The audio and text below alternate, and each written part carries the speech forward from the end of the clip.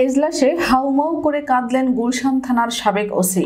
বৈষম্য বিরোধী ছাত্র আন্দোলনে গণহত্যার অভিযোগে মানবতা বিরোধী অপরাধের এক মামলায় বিচারিক প্রক্রিয়া চলাকালীন আন্তর্জাতিক অপরাধ ট্রাইব্যুনালের কাঠগড়ায় দাঁড়িয়ে কান্নাকাটি করেছেন গুলশান থানার সাবেক ওসি মোহাম্মদ মাজহারুল হক। বুধবার দুপুর 12টা বাজার কিছুক্ষণ আগে আন্তর্জাতিক অপরাধ ট্রাইব্যুনালের বিচার কার্য চলাকালীন চিফ প্রসিকিউটরের ভুলবশত গুলশানের সাবেক ওসিকে সাভারের ওসি বলে সম্বোধন করে তার বিরুদ্ধে আনিত অভিযোগগুলো আদালতের সামনে তুলে ধরার সময় তিনি দাঁড়িয়ে বিচারকের উদ্দেশ্য করে কান্নাকাটি করে বলেন, আমি কখনোই সাভারের ওসি ছিলাম না, আমি গুলশানের ওসি।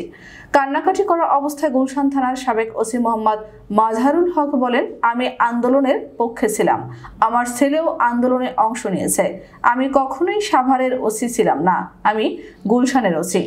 এই সময় চেয়ারম্যান বিচারপতি মোহাম্মদ গোলাম মর্তুজা মজুমদার বলেন, আপনি নির্দোষ হলে আপনার কিছু হবে না। এ সময় দায়িত্বে থাকা পুলিশের এক সদস্য ও সরকার পক্ষের আইনজীবীরা তাকে কথা বলতে নিষেধ করেন এবং বলেন আদালতের অনুমতি ছাড়া তিনি কথা বলতে পারবেন না। এ সময় চিফ প্রসিকিউটর আদালতকে বলেন, লিখিত কাগজটি পড়ার সময় আমি ভুলবশত তাকে সাভারের ওসি বলি, তিনি গুলশানের ওসি।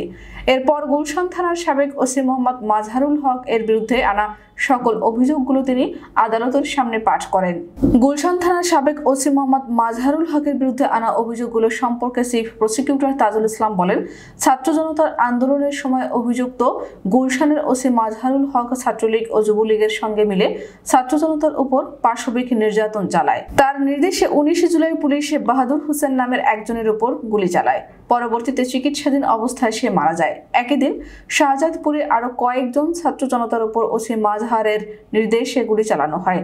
পুলিশের সাবেক আইজিপি আব্দুল্লাহ আল মামুন এবং এনটিএমসির সাবেক মহাপরিচালক মেজর জেনারেল অবসরপ্রাপ্ত জিয়াউল আহসান সহ মোট 8 জন সাবেক কর্মকর্তাকে কারাগারে পাঠানোর নির্দেশ দিয়ে আগামী 19 ডিসেম্বর তদন্ত প্রতিবেদন জমা দেওয়া সহ আসামিদের আদালতে হাজির করার নির্দেশও দেওয়া হয়। এই আদেশ দেন আন্তর্জাতিক অপরাধ ট্রাইব্যুনালের চেয়ারম্যান বিচারপতি মোহাম্মদ গোলাম মর্তুজা মজুমদারের নেতৃত্বে 3 সদস্যের আন্তর্জাতিক অপরাধ ট্রাইব্যুনাল। অপর 2 সদস্য হলেন বিচারপতি মোহাম্মদ শফুল আলম মাহমুদ এবং বিচারক মোহাম্মদ মহিতুল হক এনাম চৌধুরী।